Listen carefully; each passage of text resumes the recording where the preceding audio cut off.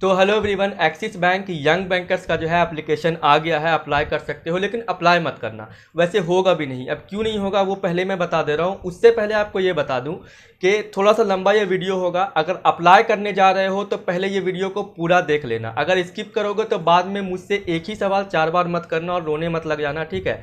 क्योंकि कुछ अपडेट्स भी है, एक्चुअली बहुत सारे अपडेट्स हैं, वेबसाइट भी न्यू है। पहले क्या था कि जब आप अप्लाई कर रहे थे, जैसा कि मैंने अभी बताया कि अप्लाई नहीं होगा, तो रीज़न ये है कि पहले माई एम कैट के थ्रू सारा भी, चाहे इसका फॉर्म फिलिंग हो, चाहे इसका एग्ज़ाम हो, इंटरव्यू हो, सारा प्रोसीजर जो है माई एम कैट के थ्रू होता था। लेकिन अभी क्या है, एक्सिस बैंक ने डायरेक्टली टाई अप कर लिया है मणिपाल वालों से, Manipal academy of higher education, in short Mahe, ठीक है। तो डायरेक्टली टाई अप कर लिया है। उसके बाद क्या है कि अब आप इसकी ऑफिशियल वेबसाइट पर जाओगे, जिसका कि लिंक मैंने डिस्क्रिप्शन में दिया हुआ है। और जो स्क्रीनशॉट है वो मैं आपको नहीं दिखा पाऊंगा ड्यू टू यूट्यूब पॉलिसी, ठीक है। तो स्क्रीनशॉट आपको नहीं दिखा पाऊंगा उसकी ऑफिशियल वेबसाइट का। लेकिन हाँ, आपको मैं बता दूं कि जब आप ऑफिशियल वेबसाइट पे जाओगे तो एकदम मस्त ढिंचैक टाइप से इन्होंने बना करके रखा है सारा कुछ। और एक अच्छी बात यह है कि सारा इन्फॉर्मेशन इन्होंने इस बार दे दिया है कंप्लीट। और जो सर्टिफिकेट है वो भी, मतलब कि पहले कुछ और मिलता था, अभी क्या है आपको मिलेगा post graduate diploma in banking services, ठीक है। तो ये सिमिलर है शायद, अगर मैं गलत नहीं हूँ तो यस बैंक में भी इसी टाइप का मिलता है, ठीक है, ये PGDBS वाला, ठीक है।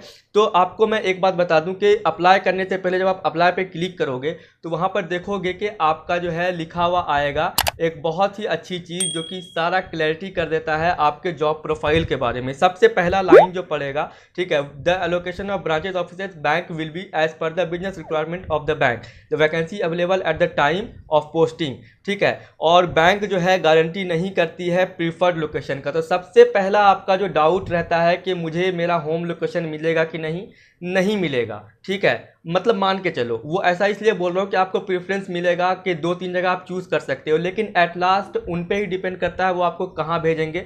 दूसरी बात ये है कि आपको सारा डिटेल्स रीड करने के लिए कहा जा रहा है। तीसरी बात यह है जो सबसे इंपॉर्टेंट है, the role offered by Axis bank via this program will constitute of selling banking and financial products to the bank existing and new customer. तो देखो ये जो लाइन है, 3-4 लाइन, इससे पहले भी जब आप अप्लाई किया होगा आप लोगों ने 1 या 2 बार मैक्सिमम, ठीक है, उसके पहले ये चीज़ नहीं थी। तो पॉइंट नंबर 3 में ये क्लियरली कहा गया है कि आपका जो रोल होगा वो होगा सेल्स का, और आपको सेल्स करना पड़ेगा बैंकिंग और फाइनेंशियल प्रोडक्ट्स को। जो एग्जिस्टिंग कस्टमर्स हैं उनको भी, और जो न्यू कस्टमर्स हैं उनको भी आपको ढूंढना है, ठीक है।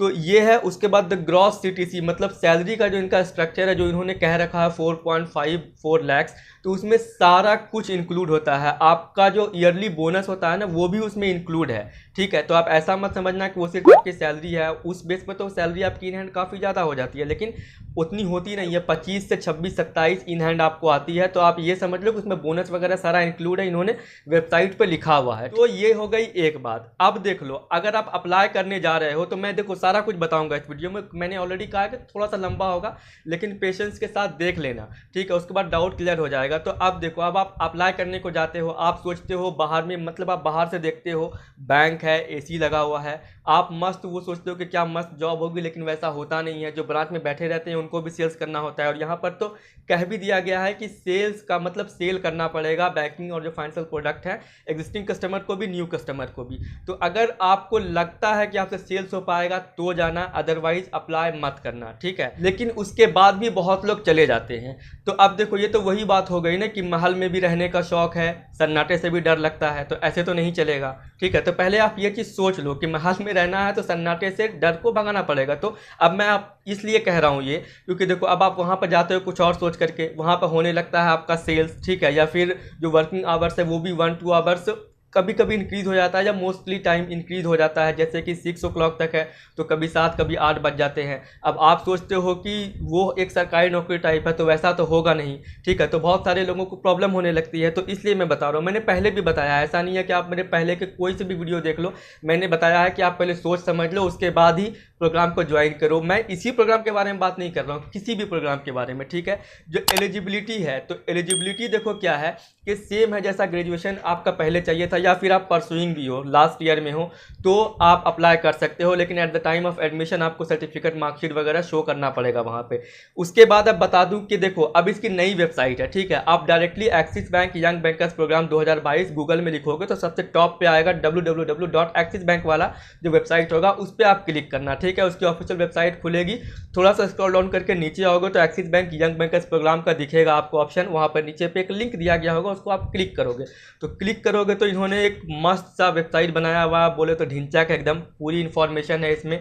तो उसको देख करके आपको नहीं जाना है, ठीक है। आपको पहले ये सोच लेना है कि मेरे से हो पाएगा कि नहीं हो पाएगा, और जो मैं अप्लाई करने जा रहा हूँ उसका रोल क्या है, ये सारा कुछ को रीड कर लो। आप लोग करते नहीं हो, बस मुंह उठा करके चले जाते हो, अप्लाई कर दिया, फिर बाद में प्रॉब्लम होने लगती है, तो वहाँ पर बहुत सारी परेशानी होने लगती है। मेरी बात को दिल से मत लगाना, मैं एक आप समझ सकते हो एज अ सीनियर मैं आपको बता रहा हूँ, ठीक है, तो बुरा मत मानना। तो देखो पहला जो आपका 6 मंथ है वो क्लासरूम प्रोग्राम होगा, सबको पता है। उसके बाद 3 मंथ्स की इंटर्नशिप होती है, फिर जो 3 मंथ्स की ओजेटी होती है, ऑन द जॉब ट्रेनिंग, वो लगभग समझ लो कि आपकी फाइनल पोस्टिंग ही होती है, और उसमें आपको जो सैलरी होती है वो मिलती है। ये सारी बातें सबको पता है, जो नहीं पता है तो वो मैं इस वीडियो में बता भी रहा हूँ, ठीक है। 12,000 रुपये जो है आपको इंटर्नशिप के ड्यूरेशन में मिलती है। उसके बाद लास्ट 3 मंथ्स की जो आपको मतलब ऑन द जॉब ट्रेनिंग होती है, उसमें जो आपकी सैलरी होती है वो आती है। अब आप लोन लोगे, ठीक है, तो लोन अगर लोगे तो आपका जो लोन का EMI है वो कट करके आपको फिर सैलरी आती है, तो इस चीज़ का आप ध्यान रखना, ठीक है। उसके बाद बात करें सिलेक्शन प्रोसेस के बारे में, तो काफ़ी इजी है। आपको एप्लीकेशन पहले फिलअप करना है, अप्लाई करना है, जिसके लिए आपको 100 रुपये फीस लगेगी, 100 रुपीज़ आपको एप्लीकेशन फ़ी का लगेगा। तो जब आप एक मतलब 100 रुपीज़ पे कर दोगे एप्लीकेशन फ़ी, उसके बाद फिर आपको एक ईमेल आएगा L1 का, ठीक है, वो आपका रिटन एग्जाम होता है। उसके बाद जब आप वो पास कर लेते हो तो L2 का होता है, जो कि आपका इंटरव्यू है, ठीक है। तो वो आर्टिफिशियल इंटेलिजेंस बेस्ड जो होता है वो इंटरव्यू होता है, वो कोई मतलब पर्सन नहीं लेता है, ठीक है। उसमें स्पोकन वगैरह ये सब रहता है, आपको सुनाई देगा, उसके अकॉर्डिंगली आपको लिखना है या फिर बोलना है, इस तरीके से है। फिर आपको कुछ कुछ इंग्लिश में वहाँ पर मिलेगा भी लिखने के लिए, तो वो आपको मतलब कि टाइप करके लिखना पड़ेगा, तो इस तरीके का होता है। फिर आपने L2 जब कंप्लीट कर लिया, आप पास हो गए, तो आपको सिलेक्शन ईमेल आ जाता है। उसके बाद आपको कॉशन फी डिपॉजिट करनी पड़ती है, जो कि है 2,500 रुपये, ठीक है, 2,500 रुपये है। उसके बाद फिर आपको अगला मेल आएगा सारे प्रोसीजर का कि आपको कैसे कैसे करना है। तो जो कॉशन फी होती है वो एक्चुअली सीट बुकिंग के लिए होती है, कि आप अगर एडमिशन लेना चाहते हो तो सीट बुकिंग के लिए 2,500 रुपये लगते हैं। नहीं तो बहुत लोग ऐसे भी होते हैं जो कि सीट बुकिंग के बाद भी एडमिशन नहीं लेते हैं, ठीक है। तो ये हो गई सिलेक्शन की बात। अब बात करूँ कि ग्रेड आपको जो मिलेगी वो मिलेगी असिस्टेंट मैनेजर की, ठीक है। तो ये सारा कुछ ऑलमोस्ट सेम है, और आपका ग्रेजुएशन होना चाहिए वो मिनिमम 50% से पास होना चाहिए, ये बात आप ध्यान रखना। उसके बाद आपका कोई भी रिलेटिव जो है, कोई भी फैमिली मेम्बर जो है आपका एक्सिस बैंक में वर्किंग नहीं होना चाहिए, ठीक है। तो ये चीज़ है। तो ये हो गया ऑल अबाउट आपका जो है एक्सिस बैंक। और जो मतलब जो सिलेबस है एग्जाम का इसके, तो उसमें आपको English comprehension, logic ability, quantitative ability and personality, मतलब कि math, reasoning, English, personality development के कुछ क्वेश्चन होंगे। उसके बाद लेवल 2 में आपका सेल्स सिचुएशन का कुछ क्वेश्चन होगा, spoken English and written English होगी, ठीक है। तो ये आपका L2 इंटरव्यू है, ठीक है। तो अब बात करें फीस की, तो फीस है अप्रॉक्सीमेटली 4 लाख रुपये, 3,88,000 कुछ रुपये है, ठीक है। अप्रॉक्सीमेटली 4 लाख मान सकते हो आप, सेल्फ फंड करके भी जा सकते हो, लोन लेके भी जा सकते हो, ये आप पे डिपेंड करता है। लेकिन आप इसकी वेबसाइट पे जाओ, पहले सारा कुछ अच्छे से रीड करो। आप ऐसा नहीं कि वेबसाइट पे बहुत सारा कुछ लिखा हुआ है तो बहुत लोग तो इसी से खुश हो जाते हैं कि वाह बहुत अच्छा है, बहुत सही है, लेकिन ऐसा नहीं है, ठीक है। आप पहले अच्छे से देख लो, रीड कर लो, जॉब रोल को देख लो, जॉब रोल क्या है, हो पाएगा कि नहीं हो पाएगा। उसके बाद फिर रजिस्टर नाउ पे क्लिक करना, फिर आपको एक पेज खुलेगा जिस तरीके से यस बैंक प्रोफेशनल बैंकर जो है ना, तो उसी टाइप से ये भी है। अगर आपको यस बैंक के बारे में नहीं पता है तो लिंक मैंने डिस्क्रिप्शन में दिया हुआ है, या फिर मेरे चैनल के वीडियो सेक्शन पे जाकर के देख लेना। तो आप इस तरीके से अप्लाई कर सकते हो। उसके बाद जब आप अप्लाई कर दोगे तो सारा प्रोसीजर उसके बाद क्या है वो मैंने आपको ऑलरेडी बता दिया है। तो अब जो है अगर आप अप्लाई करने जा रहे हो तो एक बार ठीक से ढंग से सोच लो, समझ लो, और इसकी वेबसाइट पे जा कर के पूरा अच्छे से रीड कर लो, क्योंकि इस बार इन्होंने क्या है ना कि कंप्लीट डिटेल इसमें लिखी है, ठीक है। आपका जॉब रोल का भी जो है डिटेल कंप्लीट लिखा है, साफ साफ लिखा हुआ है कि सेल्स है। मैं बार बार इस चीज़ को बता रहा हूँ क्योंकि बहुत लोगों को ऐसा लगता नहीं है, उसको लगता है कि ऑपरेशन का काम है, ठीक है, बैठ करके करना पड़ेगा, तो ऐसा नहीं है। साफ साफ इसमें लिखा हुआ है कि सेल्स करना पड़ेगा एग्जिस्टिंग और न्यू कस्टमर को। तो पहले पूरी वेबसाइट पे जितने भी इंफॉर्मेशन है इस वेबसाइट पे तो पूरी की पूरी रीड कर लेना। और सबसे नीचे जब आओगे तो FAQs भी हैं, फ्रीक्वेंटली आस्क्ड क्वेश्चन, तो उसमें सारा कुछ अच्छे से मतलब शॉर्ट में लिखा गया है। आपके जो भी डाउट्स हो सकते हैं ना, जैसे कुछ भी क्वेश्चन ऐसे डाउट्स वाले वो सारे FAQs में हैं, तो पहले उसे अच्छे से रीड कर लेना। ऐसा नहीं कि बस जा करके अप्लाई कर देना और उसके बाद सिलेक्शन हो जाए, ले लेना एडमिशन, बाद में फिर होना परेशान। तो उससे बेहतर है कि आप पहले देख लो। देखो, परेशान आप हो सकते हो, आपको जॉब नहीं मिल रही है, अभी कंडीशन भी कुछ ख़राब है, रोज़गार नहीं है, लेकिन इसका मतलब ये नहीं कि आप ऐसी जॉब पे चले जाओ जो आपको पसंद नहीं है, जो आपसे नहीं हो पा रही है, तो बाद में वैसे भी वो आपको छोड़नी पड़ जाएगी। तो छोड़ने से बेहतर है कि पकड़ो ही मत।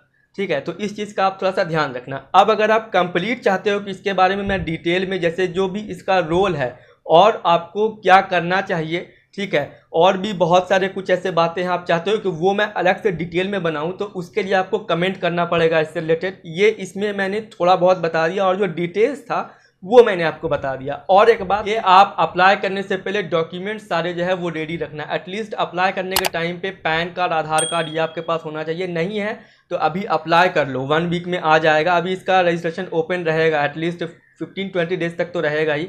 ठीक है, तो पहले आप पैन कार्ड, आधार कार्ड अप्लाई कर लो। अगर आपके पास पासपोर्ट है तो वेल एंड गुड है।